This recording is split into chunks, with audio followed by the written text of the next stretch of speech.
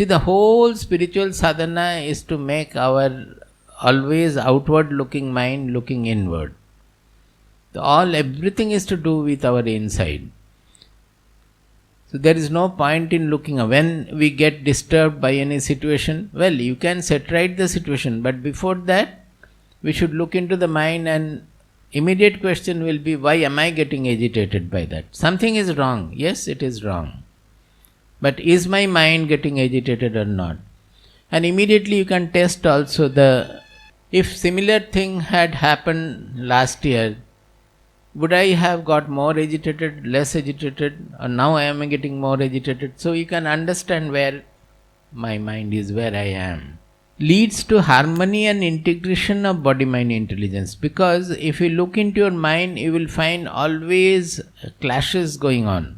Say the senses want to do something, but we know that it is not right. For my health also it is not right, or for otherwise for my goal also it is not the right thing to do.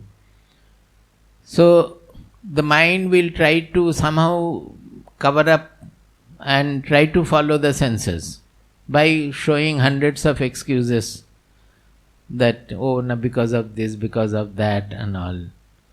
It in a very gross sense it happens, but as you progress in a sadhana, you will find very subtly the mind deceives us. The self-deception is the only enemy for a sadhak. The self-deception means our own deceiving ourselves. By covering up, we think that we are fooling people. I am covering myself up in front of people. Actually, it is not. We are fooling ourselves. It is the self-deception that is working always. So, the mind will try to analyze, and mind will take the help of the intelligence also in forming excuses and all. So, there will always be a clash going on, that I am not able to approve what I am doing, but I am not able to help it also. So I am slave to the circumstances. This slavery to the objective situations, slavery to circumstances, it always builds in stress for us. Suppose even after attending retreat or so, we understand very well that we should not think bad of others, or at least we should not think blaming others, because it is only stressing my mind. When we are thinking bad about somebody, some ill of others or blaming others, this blaming tendency is actually putting our mind into tension, into stress. Others, nothing is happening to the person about whom I am thinking. So we know that it is absolutely wrong and foolish to blame others in our mind, but we carry on blaming. Knowing that it is stressing our mind also, we are not able to get rid of it.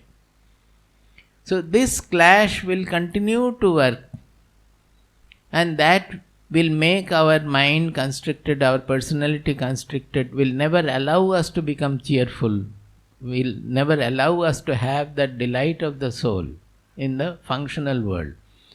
So people generally have the escape into meditation and get some pleasure, some joy in meditation. But that is not a solution, because when you come back from the meditation, you are in the same soup again.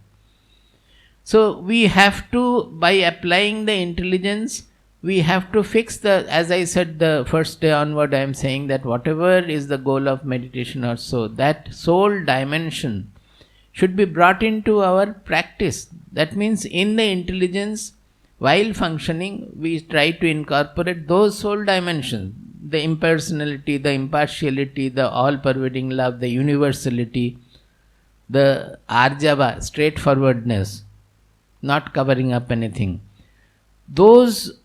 All those virtues, all those qualities have to be brought in the interactional life. Meditation cannot do anything about it. Meditation only will help because you get that the experience of meditation will give you a great light which is different from our worldly enjoyment. So you know that there lies something which is much greater than the worldly pleasures or so. So that will keep you on the track, keep you on the path. That way meditation is useful. And that meditative experience, if you can recall during the active period of it, it will bring in some gravitation towards the path, on the path. So that way it is useful.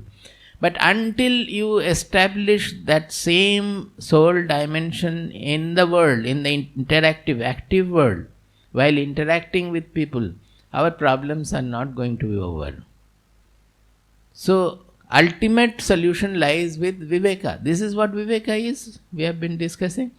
Now, same Viveka in Yoga Vasishtha, you will find they have used the word Vichara. Constantly Vichara, Vichara, Vichara is used. Vichara Tikshnatam Dhihi Pashyati Param Padam Dirgha Samsara Rogasya Vicharohi Mahaushadam. Vasishtha is telling Rama that Vichara means nothing other than Viveka. To always discriminate truth and untruth, shreyas and prayas, permanent and impermanent, and following what is permanent, following what is auspicious, following what is the truth of the soul, of our real identity. So, Vichara Tikshnatam by constantly Vichara, by that what will happen? Our Buddhi will become clearer, sharper. It is not a Vishaya Buddhi which is becoming cleverer in doing things. No. It's a cleverness in walking the real path. So, the Viveka is necessary. Ordinary Buddhi, even if you are extremely intelligent, very clever, you will not be able to apply, because there will be a lot of that we have not established the soul dimension as our real goal in our interactive life. We are still looking for all material, fulfillment of our greed, ambition, desires, everything. So, as long as the intelligence is looking for those things, no improvement will take place. No contentment will come to the mind, because desire will, as many number of desires you fulfill, the mind will not be contented. It will pick up newer and newer things, or various fears will come. Fear is an offshoot of it, because when we get something, we immediately, that fulfillment doesn't come. The temporary fulfillment immediately will bring in the fear of losing that what I have got. Suppose money, if you have become very rich, you will have the fear of losing that money and again becoming poor. So, it is not going to leave. Anything of the world is not going to make us happy or satisfied or contented, we should know. So, as we apply the Vichara in interactive life throughout the day, every moment, initially it is in the actions. Later on you will find that even there need not be any activity. Your thoughts will be so much clear to you. Whatever thoughts are coming to the mind, you are able to see them. And you find where they are going wrong.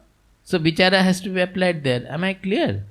Initially when you act, you find that no, I have done it wrongly.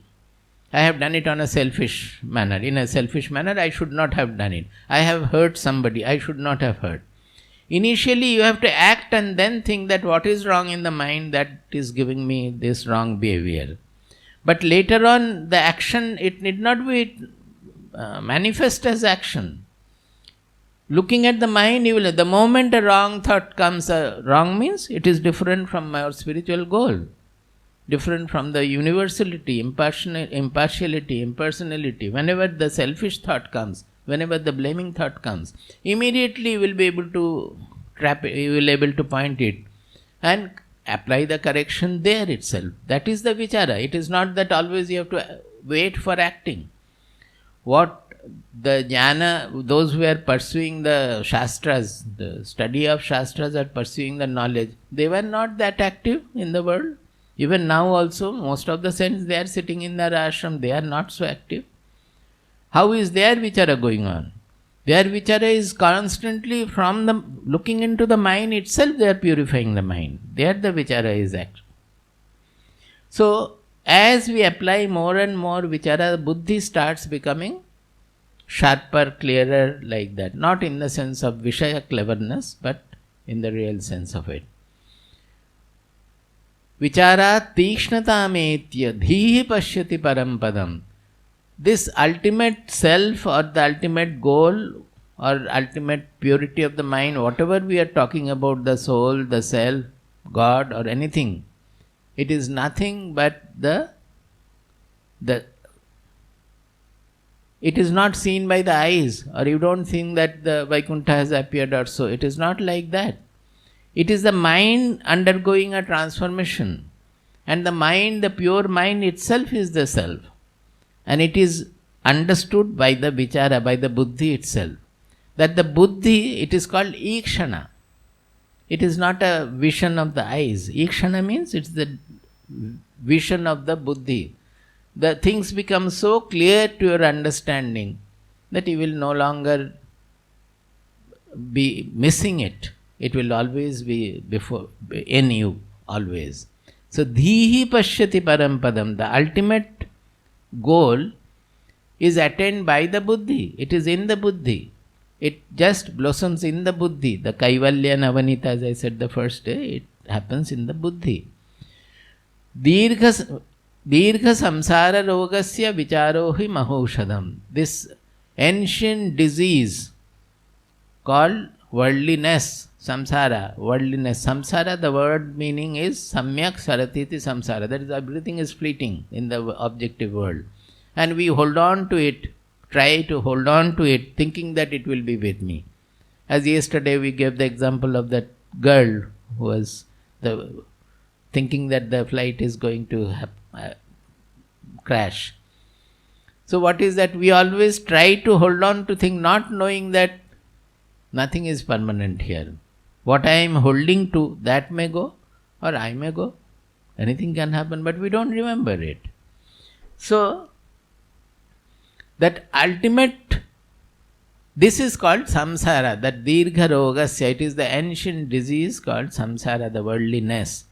The mahaushada, the great medicine for that is vichara. Vicharohi mahaushadam. This is from Yoga Vasishtha. So, this shama, it is actually a harmony through application of viveka and vairagya. How? You should not forget. I said that the moment the viveka is applied, your hold on to the fleeting things will get reduced automatically. The moment you are always discriminating between permanent and impermanent, shreyas and preyas, what is going to be the lasting gain for me, and all other gains are coming and going.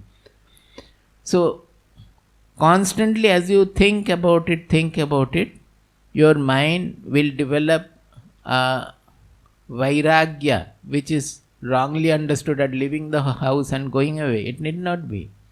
Wherever we are, vairagya means our possessiveness, our clinging to what I like and our hating what I dislike, both will go. See, even a sadhu or a sannyasin also, if he is holding on to his hatred towards somebody, then it is not only in the family, in the ashram also it can happen. That means the ragadvesha has not gone. That means the possessiveness has not gone. I am still holding on to what I like and what I am, and I am hateful about certain things I do not like. So constantly this will work.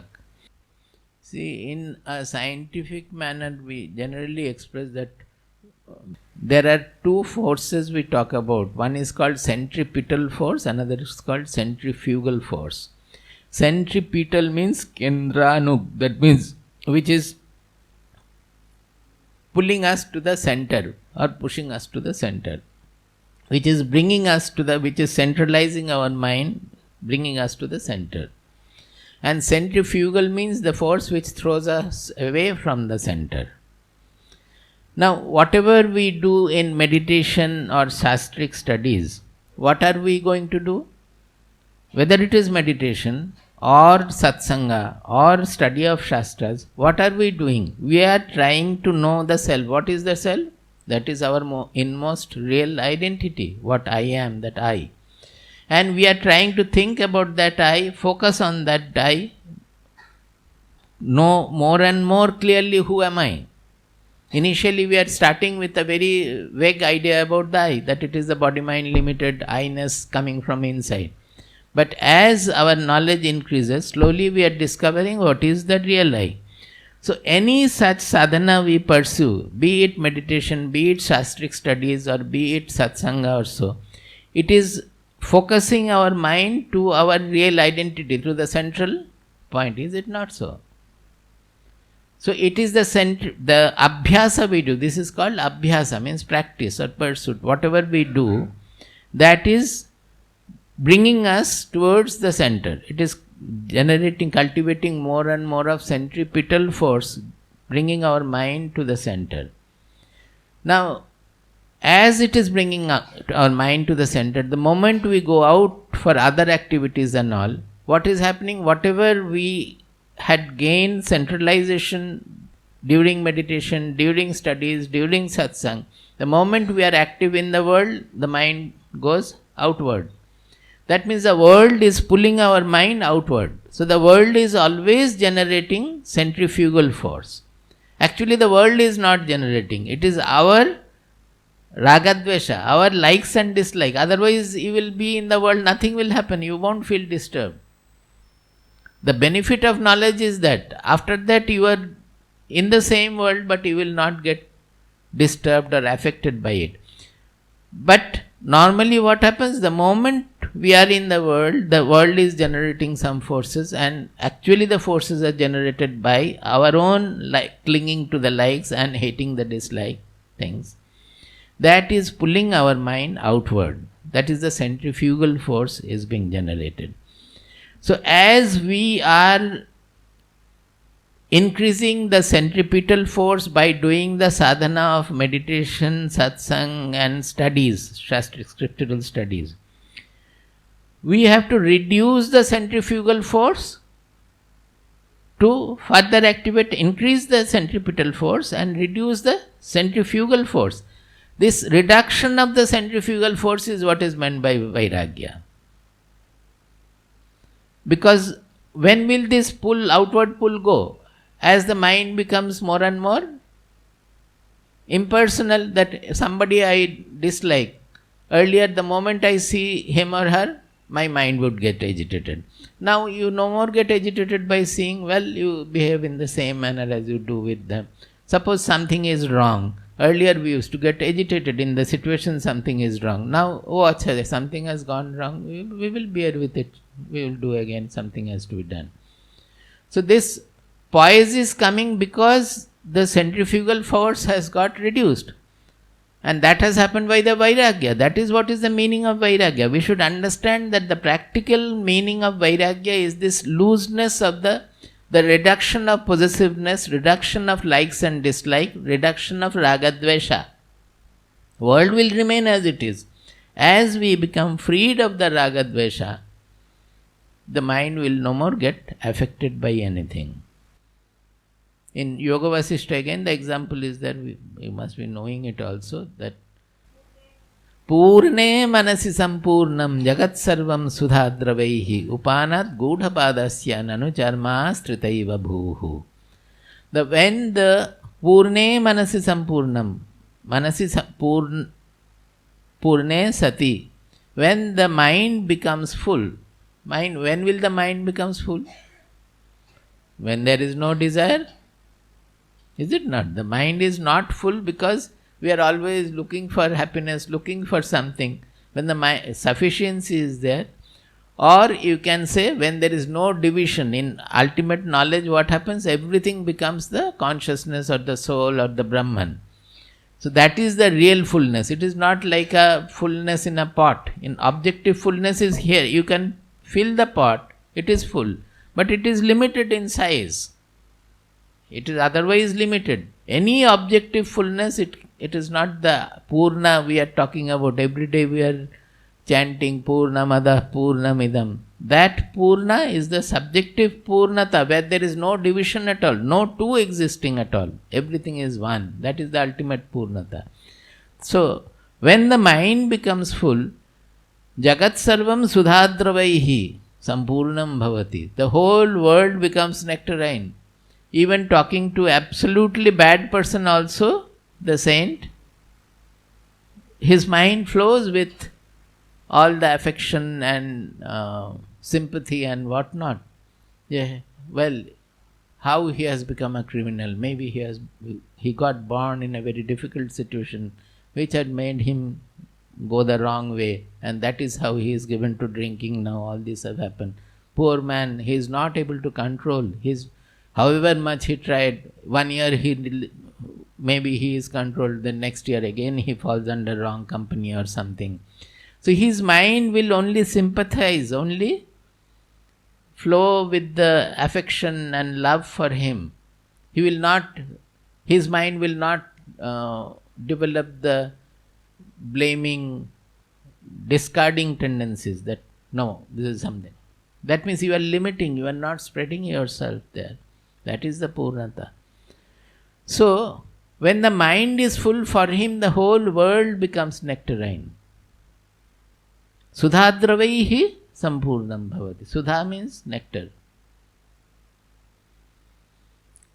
He is giving an example that when you walk in such rainy day or otherwise also, you don't want to come in touch with the mud or with the dust, with the dirt of the world. Are you going to clean up the whole world wherever you are working? Even if you are Raja, you employ 100 people to sweep before you. Will you be able to keep your feet clean? What you do? You put on the shoes or put your feet into the chappals, cover, and walk. Wherever you go, you are not coming in touch with the dust anywhere. So he says, Upanat Gudhapadasya. When you have put your feet into the shoes, Nanu charma astrita iva bhuhu. Is not the whole world, bhuhu, becoming charma astrita, covered with leather. You don't have to cover the whole world with leather. You cover your feet with the leather and walk. Then no dirt will touch. Everywhere you will find covered with the leather. Like that, the mind, when it becomes full, it is nectarine inside. With that full mind, when you interact with the world, you don't find any affectation anywhere at all. So this Shama is the beginning part of that, or end part also you can say. It goes on, as I said, it is all regenerative and progressive and cause and effect related. Viveka will give rise to Vairagya. Vairagya will create Shama, Dama, etc. to some extent. As Vairagya is increasing, because of that centrifugal force going down, the Viveka also increases. You are able to see, you are able to analyze the world much better. You are able to analyze your mind much better as the Vairagya dawns. So, as Vairagya increases, Viveka becomes sharper. As the Viveka becomes sharper, more Vairagya comes because we all the more understand there is nothing in the world. See, you don't forget the first two things. We are born with two things. One is the insufficiency. That is why we are looking for happiness. If we are sufficient, we will not look for happiness at all. And the second is the delusion that something from the world will fulfill me, will make me permanently happy. That is why we are looking for the happiness from the world. As a baby, we were looking for some dolls or some fruits. As I grew up, I was looking for some games or play or playmates or so. Further grew up, I was looking for some maybe examination results or some other fun, this, that and all. As I grew up further, looking for some career or job or something, or a partner, something. Then I was looking for some children who will make me happy, then some grandchildren who will make me happy. So if you look back, then the object of happiness has undergone change. Now at this age, if I give you a toy, all of you take these toys we have brought. Instead of bringing apples, if we have given you toys, all of you will be happy. But look back 40-50 years ago, you would have been very happy getting a very beautiful toy as our Sita has brought for our cultural heritage class children, some book and something to make, Ganesha and all those things. You can also play with that, but you will not like to play. So we should understand that if that was the point of happiness, it should have made me happy. But it is not that. It is the insufficiency in the deep inside which is make us look for happiness. But we are not getting anywhere. And the delusion that that happiness I will get from the object, that object goes on changing. Initially it was something, now it is something, later on it is something. It is going on changing. So when we understand more and more, we stop looking for happiness from the world.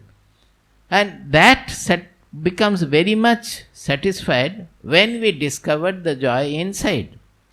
That is the first discovery in our spiritual sadhana, is you go in and you discover that the joy is a natural parameter of our soul. It is always oozing forth from inside. Because our desires and fears, that is raga, dvesha and bhaya, these three are disturbing our mind, we are not able to taste this joy. It is always there, but we are missing it. And right inside, our Atma is always calling us that where are you looking for it? I am here. Come back to my lap. Come back to my lap. But we are naughty boys, we are naughty girls or boys, whatever. We are naughty children. We are not listening to the mother.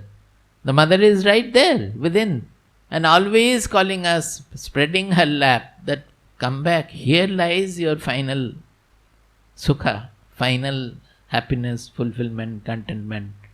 But how long will you go around looking for the happiness in the different objects of the world? We don't listen to, we don't heed. So as long as we run around, our fulfillment remains illusory. It doesn't come. See, it is not only in the beginning, in the last level of sadhana also it is absolutely true that in our last sadhana also we look for something different from me. That is, in meditation also we are looking for self. But why are we not getting the self? Because in our mind, self is something different from me which I have to get. As if self will rise in meditation. Do you get my point? But self is what I am. So actually the self will reveal itself when we stop looking for it as different from me. As long as I am looking for it as different from me, then this very effort of looking for something different from me, this effort is making me small. It is not allowing the self to reveal itself. That means I am looking for something different from me means what? Something objective. Which is object to me. May not be gross object, subtle object, but something different from me means I will see the self. I am the subject and self is the object. Do you get my point?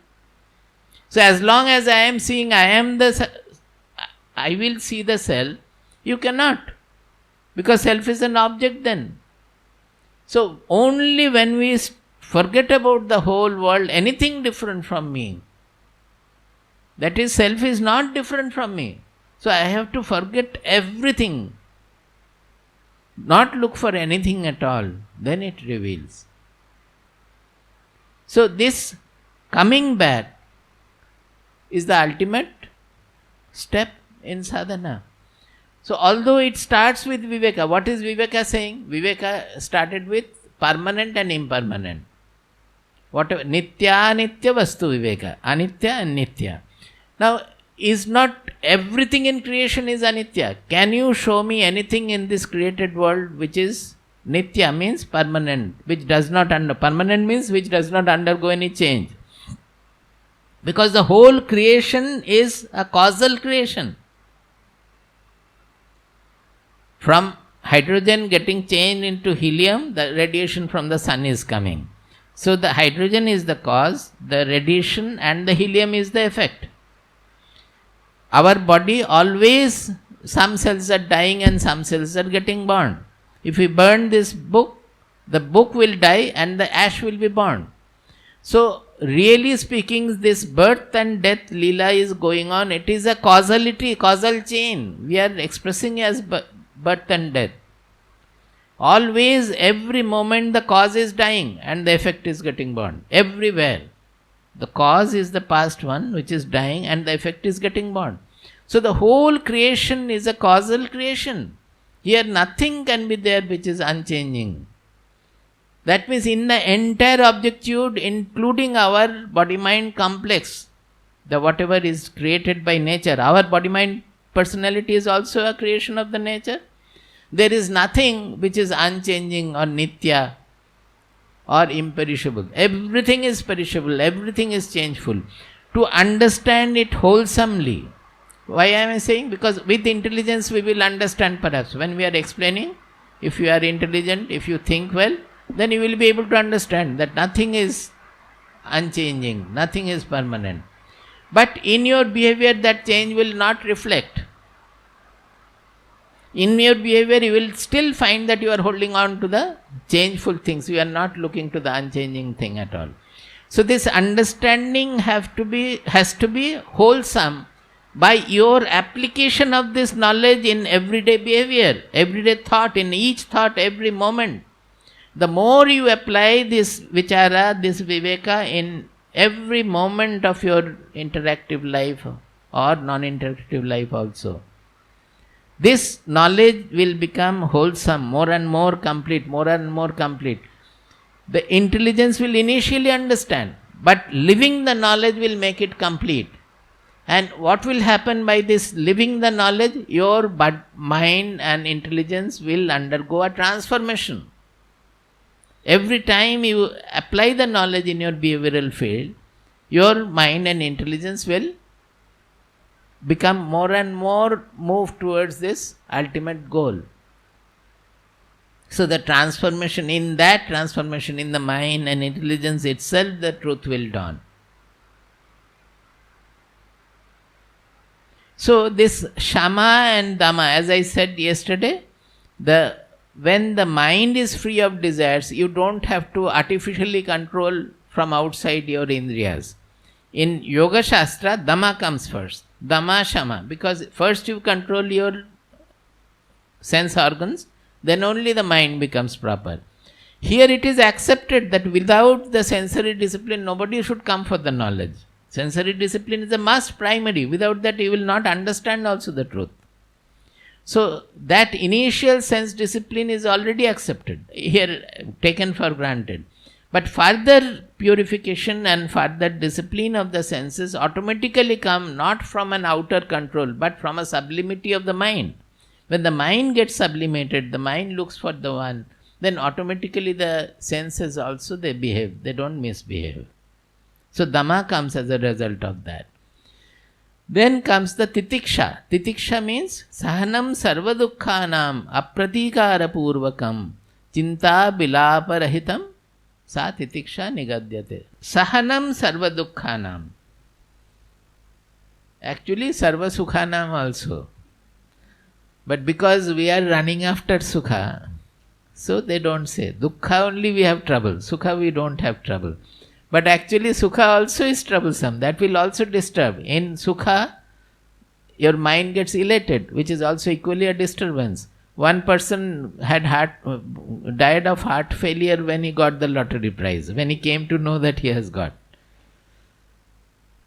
Why? It is so much of stress it is creating.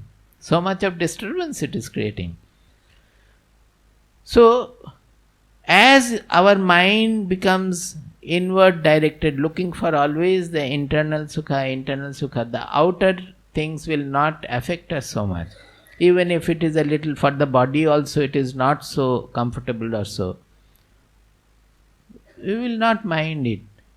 We will not get disturbed by that, oh, why it is like this, why it is like that. Apratikara purvakam, that means you don't immediately look for a redress. Actually here important is the second line, Chinta Bilapa Rahitam, which shows that Chinta Bilapa Rahitam means you don't wail and cry, oh, why did I lose this, why did it happen to me, oh Lord, why did you do this to me, there are so many other people you could have done this to them. That also sometimes our mind thinks, you cannot say that it doesn't. So, this Chinta Bilapa Rahitam, that is the important. That shows the affectedness. Chinta Bilapa, suppose you have lost something. Suppose you have lost everything. Let us take an extreme example. The house has gone, you have lost your job, you have lost your property, everything You have lost your relatives, you are standing on the street and howling and crying that, oh Lord, why did this? It has already happened. By wailing and crying, will it come back? House will come back? The relatives will come back, your job will come back by crying? So why am I crying in that situation? Tell me. It is the non-readiness of the mind to accept the situation. See, it has already happened. There is no other way than to accept it. Even if you don't accept, is it going to be reversed? It has already happened. So is it not an intelligent step at least to accept at that point? Non-accepting is foolish, but we are foolish generally.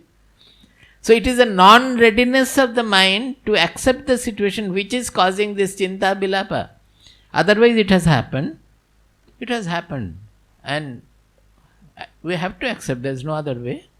Now let us see what better can be done. Even by happening also it might be very, very good that I was not able to leave anything. Now everything has gone. At least now let me go to the ashram. It's a good thing. When everything has gone, at least you go to the ashram. Somebody will think like that, or some other will think that let me try to build it up again. For that, what do we have to do? You go and do it. So that is the pratikara. Normally that pratikara we may do, but not in an affected position, in an affected situation. Unaffectedness is the real titiksha.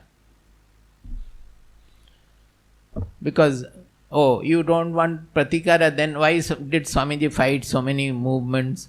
That it is all pratikara, that something is going wrong in the dharmakshetra, in the temples and all, so Swamiji is fighting. Why did he fight? It is pratikara. He can fight, but the question is that while fighting his mind should not get affected. Or when the revolution or the fight did not become successful, then also his mind should not get affected. That is the titiksha, unaffectedness. So you will find that sign of titiksha in the third page. You see, sign of titiksha after 3.3. No complaint or despondency when faced with difficulties. If you have titiksha, when there is a difficulty, you should not have any complaint. That you rather accept the difficulty and immediately try to course through that. Or if better, if you consider the difficulty as an opportunity to grow further, that so far difficulties were not there, so mind has not grown to a further dimension. Now coursing through the difficulty, the mind will grow to a further dimension. Suppose somebody has got a new job. He thought that there is lot of money and lot of other things available. It's a much better job. When he joins the company, he finds that people around him are all absolutely idle. They don't do anything, or they are not intelligent. He is not able to do anything. Immediately he will start complaining.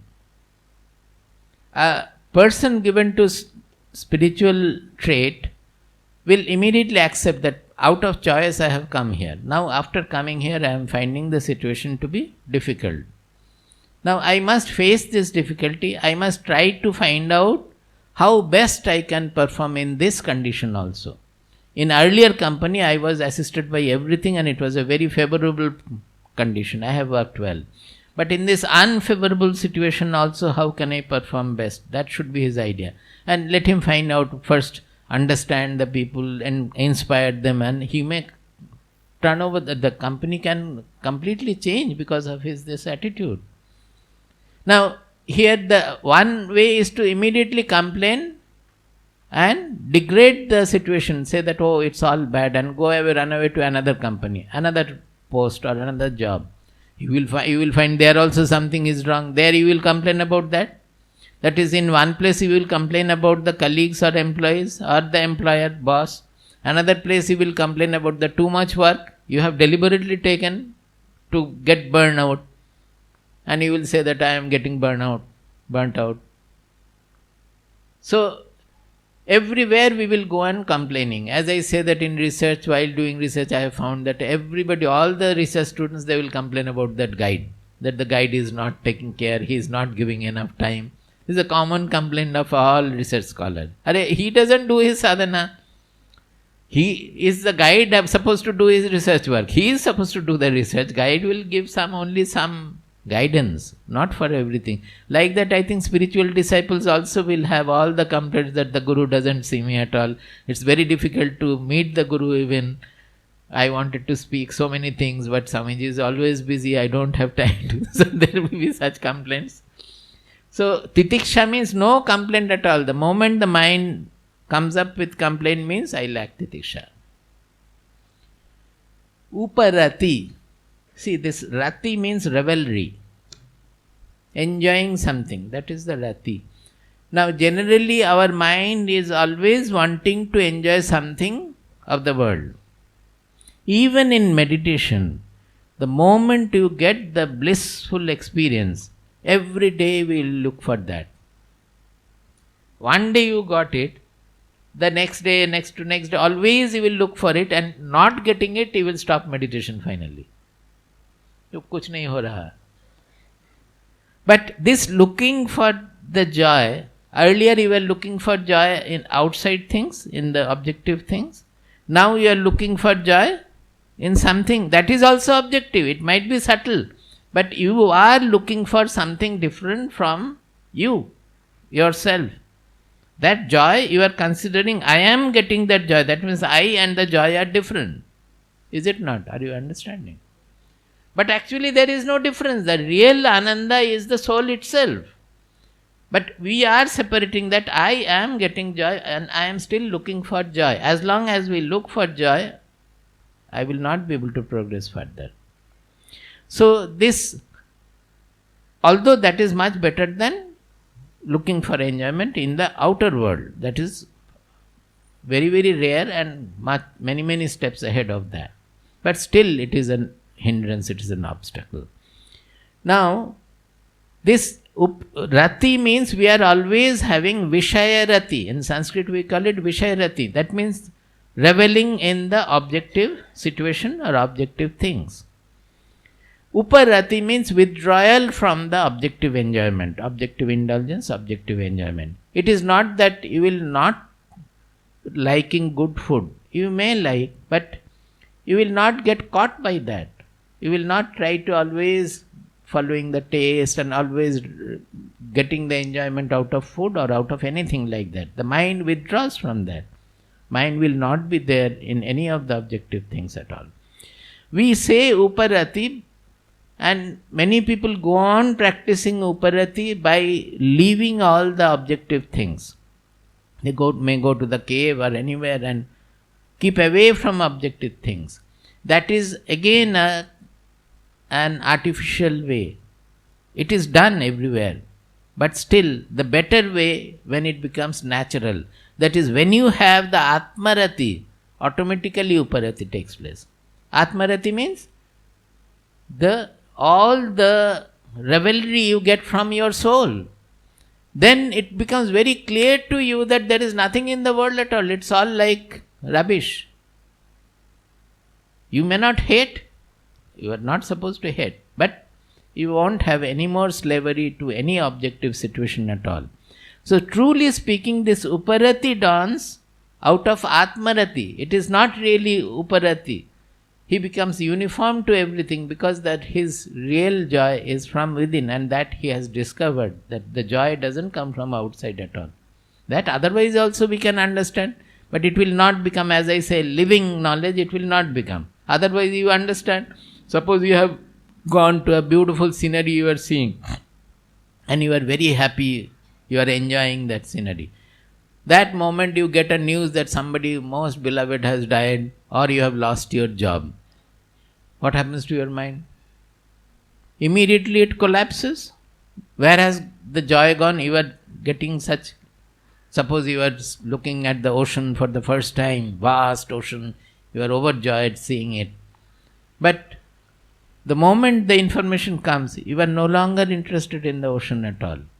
So if the joy lay in the ocean, then it would have remained.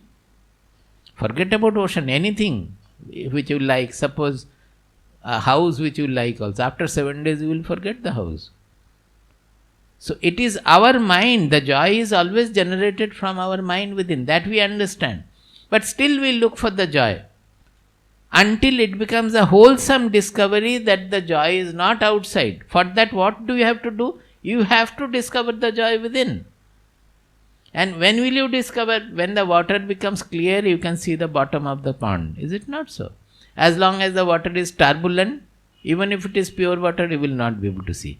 When the water becomes clear and still, then you can see the bottom very well. So then nobody has to tell you what is there in the bottom. Like that, when you discover that the joy is within, not outside from anywhere, nothing from the world can make us happy, then automatically Uparati dawns. Uparati means withdrawal from the enjoyment, worldly enjoyment.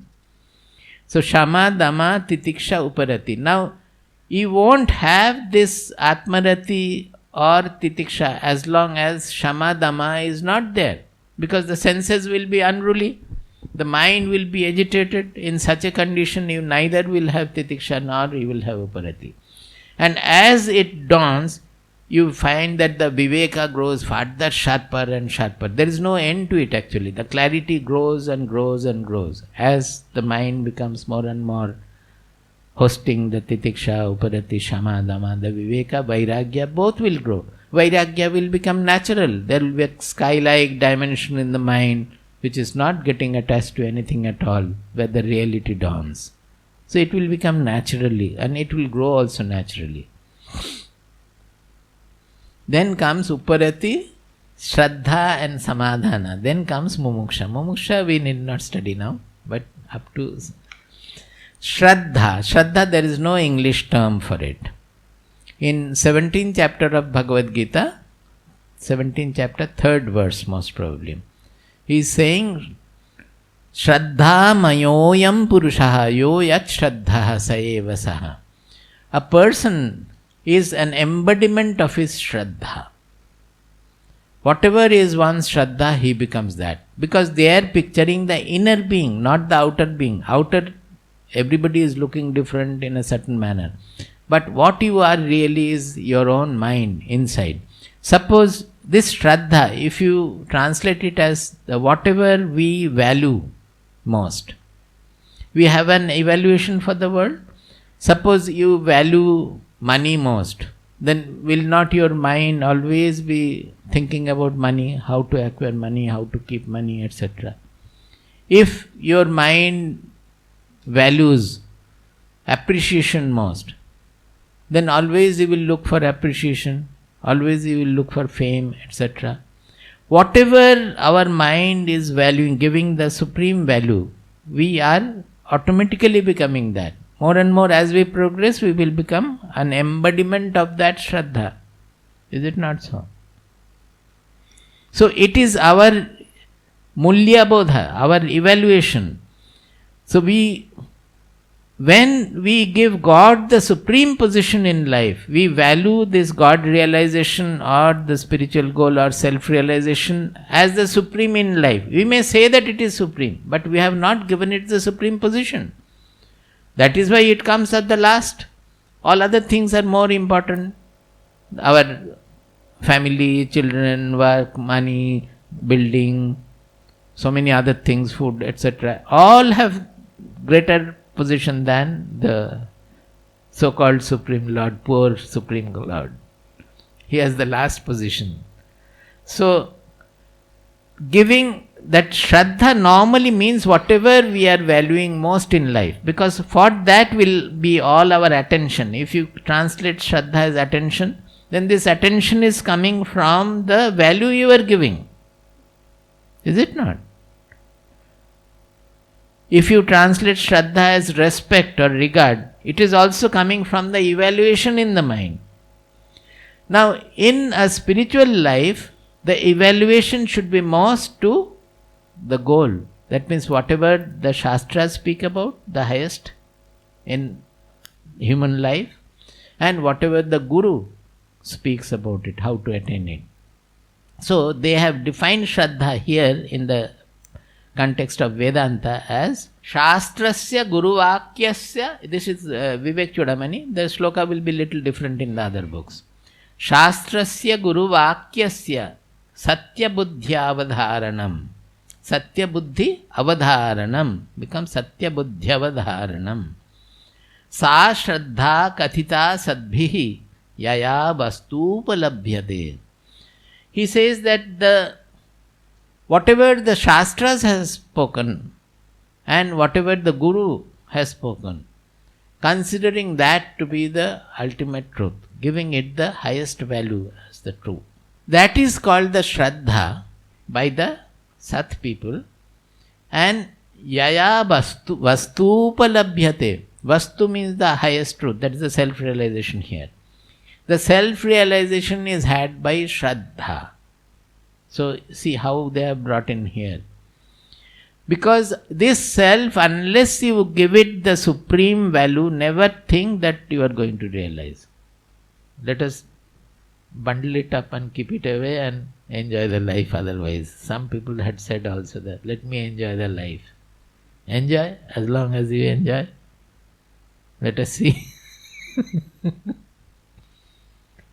So, Swamiji had been speaking about devotion, that the fondness for the Lord, then you don't have to do any sadhana. This is also the same thing. How will the fondness come? Unless you give the supreme value to it. So it is the Shraddha which develops the fondness. And once the fondness is there, you don't have to do anything, because everywhere, everything you do, everywhere you go, this will occupy your mind. And what more do you want? The truth, if it occupies your mind always, there is nothing more than that necessary. So the sadhana and the siddhi becomes the same. In spirituality always it is so.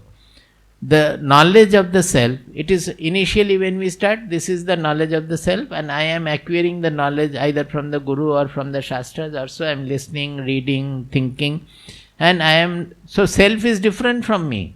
Is it not so? Knowledge of the self I am acquiring as something from outside. But as more and more I grow in the knowledge, what is happening? Is not the I in me becoming that self. The actualization of the knowledge. As we know more and more of the knowledge, the jnana and the jnata, the knowledge and the knower, they are getting fused. The knower is becoming the knowledge. It is not different. It is different from all other objective knowledges. There, by knowing the microphone, I am not going to become microphone. Then better not to know the microphone at all. In any objective field, by knowing the nuclear bomb, you are not going to become the nuclear bomb. But here, by knowing the self, you are becoming the self. So here the knowledge and the knower are not different. And it happens only by Shraddha. Shraddha means, when we value it, we give the maximum value, the supreme value to it. And that supreme value gets your mind completely fused in the knowledge. Finally the mind becomes the self. Pure mind itself, the self. That is why in Kathopanishad, right in the beginning, they have brought in Shraddha. Seeing what Nachiketa's father was doing, Shraddha dawned in Nachiketa's mind. So he is showing that this small boy of 7-year-old boy or 8-year-old boy, how much wholesomely he had actualized the goal of life. In his question, in his particularly the next second and the last question, everywhere we find that he was almost a knower. As Yamaraja himself said that, you are a Satyadhrutirvatasi. The Brahma sadhana is wide open before you. You simply walk in. That is how this sadhana chatushtaya, as we grow in it, that itself becomes the knowledge. One grows into the knowledge. And that is the samadhana. Samadhana means the mind doesn't move from the self at all, from the Brahman at all. The truth gets fixed in the mind. When the Shraddha has grown, automatically the ultimate goal will always remain glowing, radiating in the mind. It will remain fixed. The mind will not go for anything else at all. Whatever you do, whatever way the life is spent, but that will remain like a glowing sun inside. Then come mumuksha. This leads to this aspiration to ego effacement. It becomes more and more powerful. By samadhana, constantly remaining on that truth, the mind remaining on the truth, you are not able to bear with the constrictions of the mind. It will pain you every moment. It becomes a torture for you that how long shall I carry on with this small mind? It is still getting affected by this. It is still becoming small. It is still haunted by raga and dvesha. When am I going to release from it? When am I going to? So samadhana is this fixity on this. But you still have the torture. And then comes the mumuksha. Mumuksha means getting liberated from all these things. So that, and through that comes the final liberation, when you don't want anything at all.